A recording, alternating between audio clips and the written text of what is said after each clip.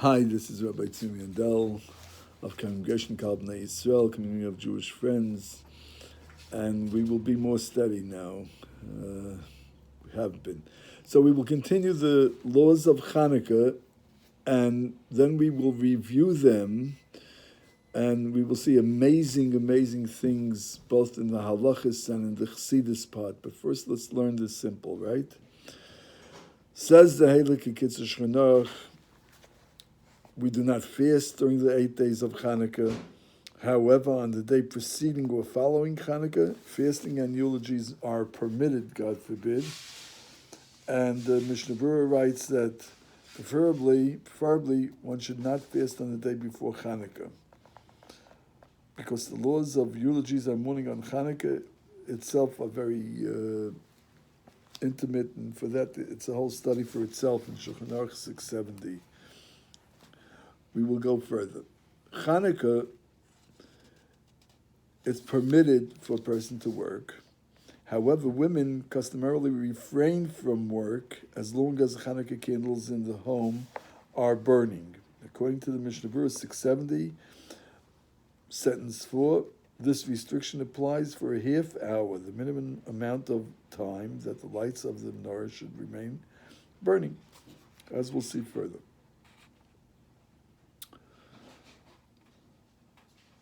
And women shouldn't be lenient about this special custom that they have. And the reason is that women are more stringent than men in this regard, is because there was a harsh decree on the daughters of Israel during the time of the Greek reign. For the Greek authorities decreed that a maiden who was to be married must first cohabit with the governor. Another reason is women accepted upon themselves the stringency because the miracle happened through a woman. This is a more positive thing, if you could say that. So in here, the daughter of Yochanan, the high priest, was extremely beautiful, and the tyrannical king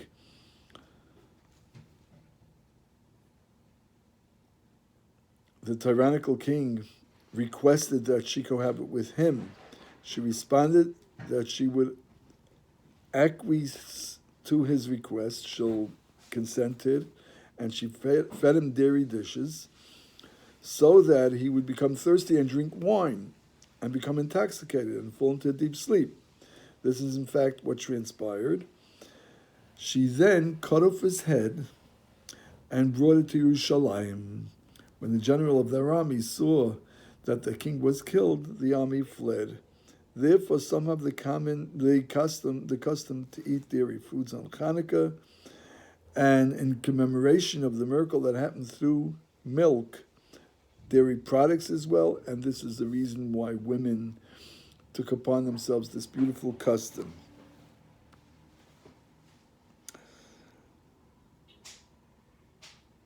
Since the women had a specific, or were rather to say, had a direct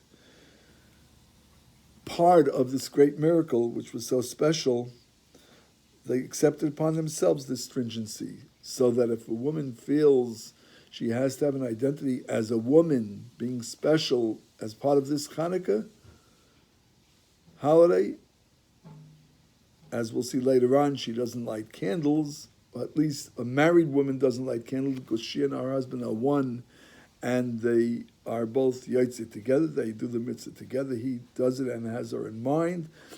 But this is something that she can identify herself as a woman as being part of this beautiful custom.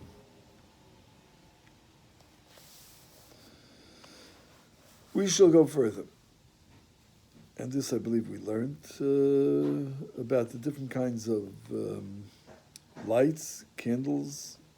Preferably it should be oil that produces a clear, clean flame.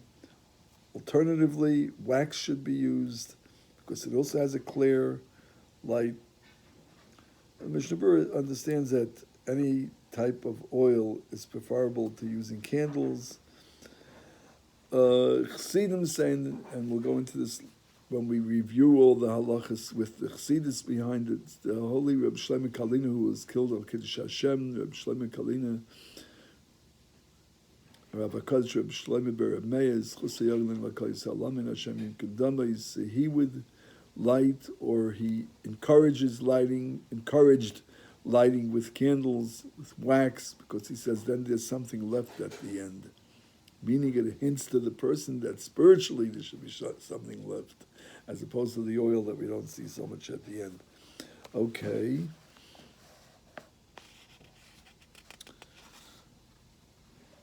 Two candles should not be twisted together.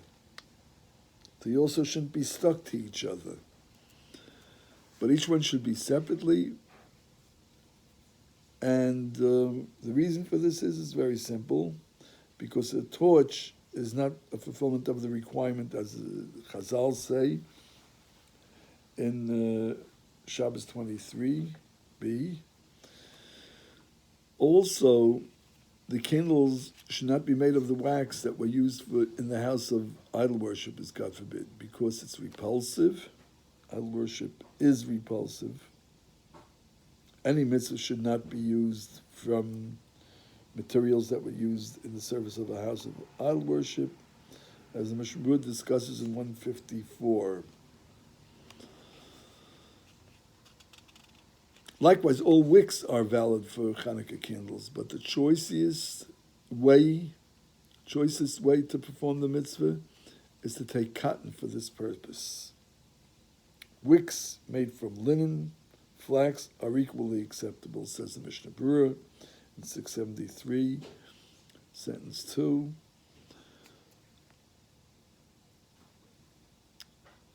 It is not necessary to use new wicks every night.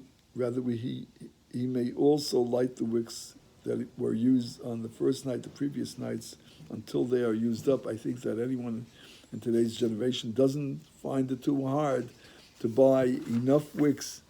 If you need ready-made wicks for every night, why use the old ones? While you may, lahalach, if you have to. And also it's a special avodah, special performance of the mitzvahs to prepare the wicks yourself. More mitzvah, more reward, more connection to God, more joy, right? More light in this world. And we'll continue. One more halacha. Number 5. If one lights an earthenware lamp, once he had lit it for one night, it has become an old lamp, Chazal teach us, and it may not be used to light on the second night, simply because it has become repulsive. If pottery has been glazed, it may be used many times, because it doesn't get ugly and repulsive. Likewise, a lamp of glass or porcelain may be reused as well for the same reason. Therefore, one should have a nice menorah made from metal. One who has the means should purchase a silver menorah as a beautification of the mitzvah. Again, the more we beautify the mitzvah, the more the mitzvah is beautiful for Hashem and for us and for the world and for our purpose in this world. As the Jewish people said when they went out of Egypt, Zakeli Vanveyu. We will now go to the Archaim HaKadosh and Parshas Toldos. So, this parsha is a very special parsha in that it differentiates the difference between Yaakov and Esav, the difference between the Jew and the rest of the world, which makes us very special in our message to the world and in our own identity. Vela told us, these are the children of Yaakov, and the Torah continues.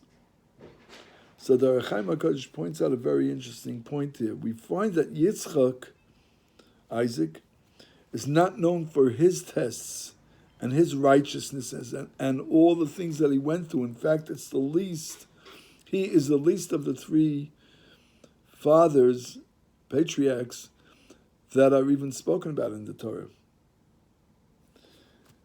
So the Archaim HaKadosh points out that it's for this reason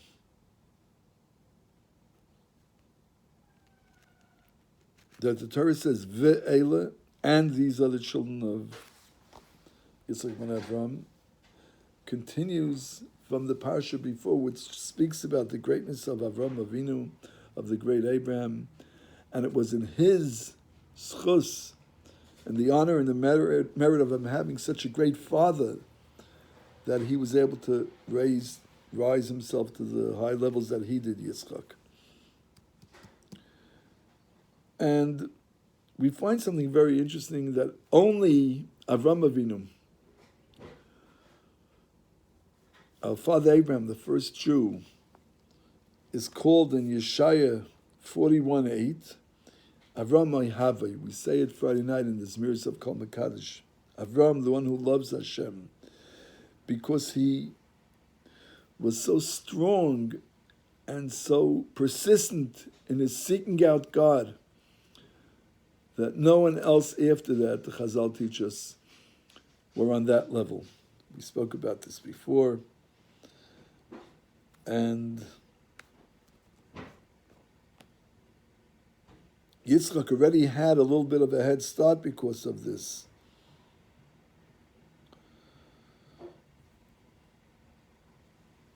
So that we have this dichotomy, says the Ohr HaChaim HaKadosh. On one hand, Yitzchak has Avram backing him up and bringing him into this world with such a holy and high neshama.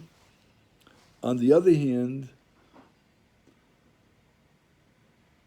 Avram is so great because he was the first one who worked so hard to bring this level into the world.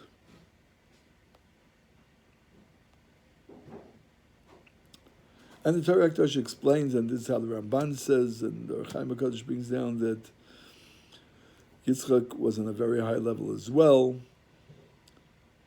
even though the Torah does not go too much into detail about him, neither about his tests, neither about his greatness.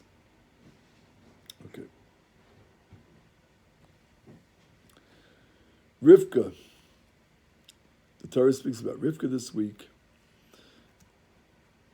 And when the Torah first speaks about who Rivka was, the Torah says, Bas Besuel Harami, she was the daughter of the horrible Besuel who came from Arami. We know that name from the Haggadah, Arami Oved Avi.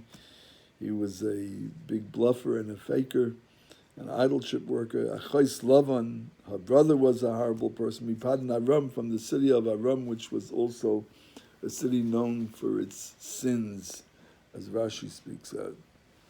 Says the Ohr HaChaim HaKadosh,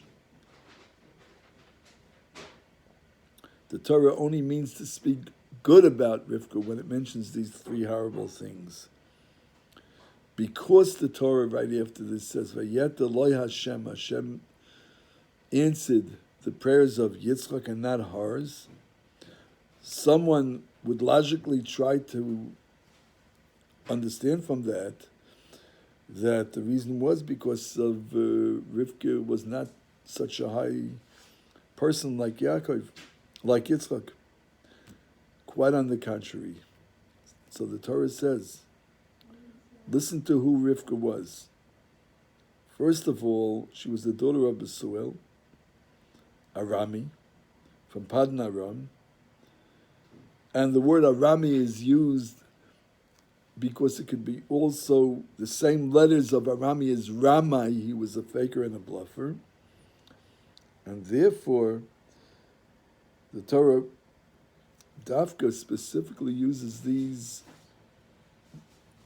identifications of Rivka to teach us how hard it was for her, again, just like Avram Avinu, how hard it was for her to be who she was, even though she had such a high neshama, but she had to work so much more because of everything around her and her surrounding, and her background was very ugly, so to say.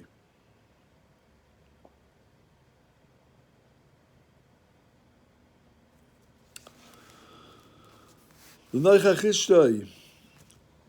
went to pray, and Yitzchak was standing next to his wife.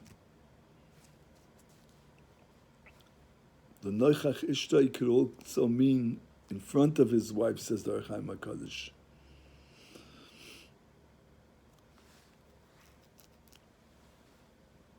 They were were both on a very high level, and he and his wife were on this level of great level of tefillah, of davening. The reason why Hashem listened to his prayer and not hers was not because anything negative about her. That's why it says Nechach Ne'ishtay. The Ohr HaChaim says something else also. Achais Lavan, the sister of Lavan. This was teaching us another good thing about Rivka. That the only reason why she couldn't give birth for such a long time, and they had to pray so much, as the Torah says, they prayed and prayed and prayed more, was because the Medrash says in Parshas Rabbah 60 that the children of a woman have the same characteristics or follow the thoughts perhaps or ways of the brothers of the woman. So it was because of Lavan that she was cursed at not having children right away in the beginning of her marriage. Not because of her, God forbid.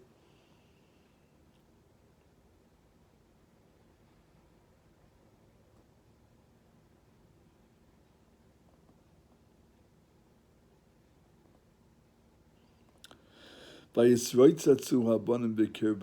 the children would be running around in her womb when she became pregnant. And Rashi is fierce to comment that when she pierced the Beis Medrash and the synagogue and the shul, she would feel one baby trying to run out there, and when she pierced the church and the house of idol worship, God forbid, so the other one was running there, or maybe it was both one baby.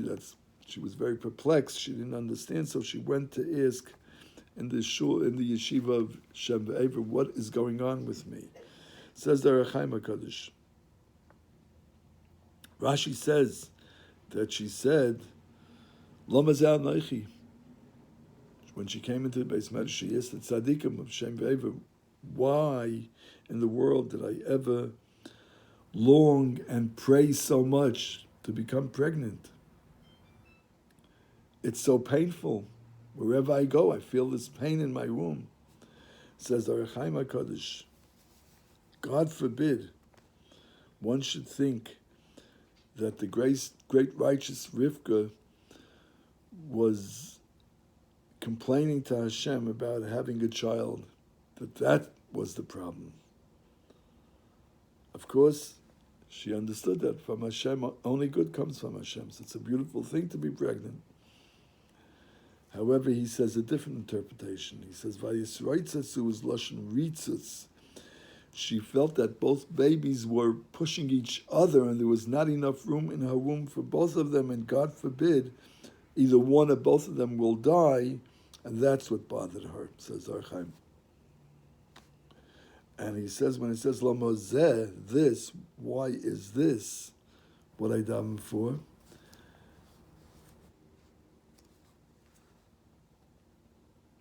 It goes back to the children in her womb. And she went to ask in the Beis Medrash, to ask that they should pray for her, that she should end her pregnancy and she should have live children when they come out. And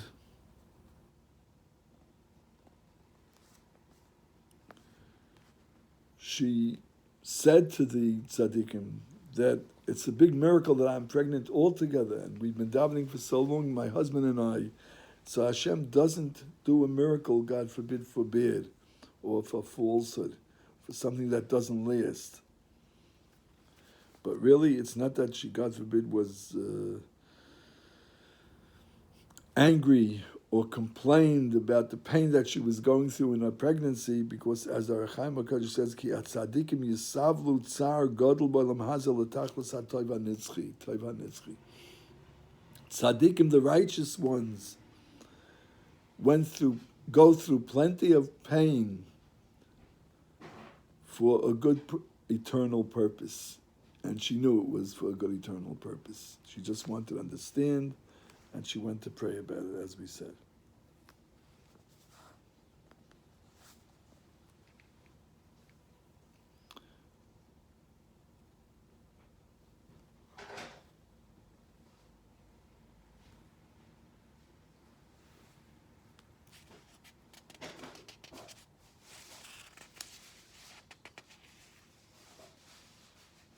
The reason why Rivka didn't want to tell Yitzchak what a horrible person Esav was, so the Archaim HaKadosh says, could be that he used to fool his father, as the Torah says, making him think that he was a righteous and good religious person and a good person altogether when she wasn't around.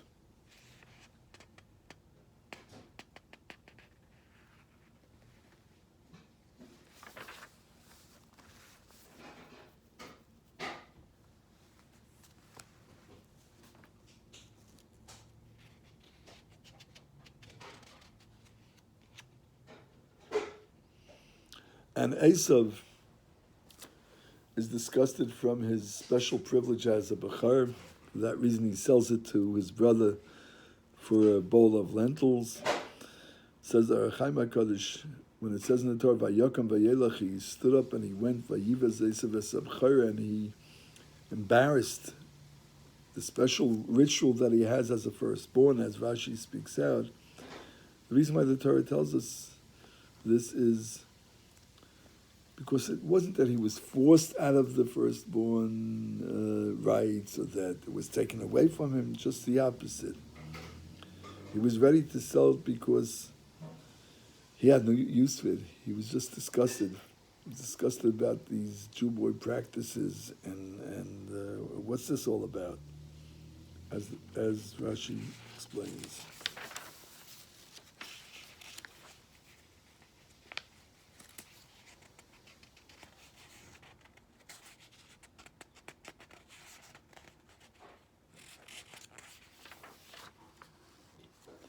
We'll stop here meanwhile. Have a great Shabbos. You know that after Shabbos we will continue the laws of Chanukah and we'll be more regular now, I hope. And as I said, when we'll finish the basic laws, we'll go back with the Chassidus and stories. Have a great, great Shabbos. The only Parsha in the Torah that all three of the patriarchs lived together, and they lived together for 15 years, and they studied Torah together. May we all have much, much nachas from all our children and all our descendants forever and ever.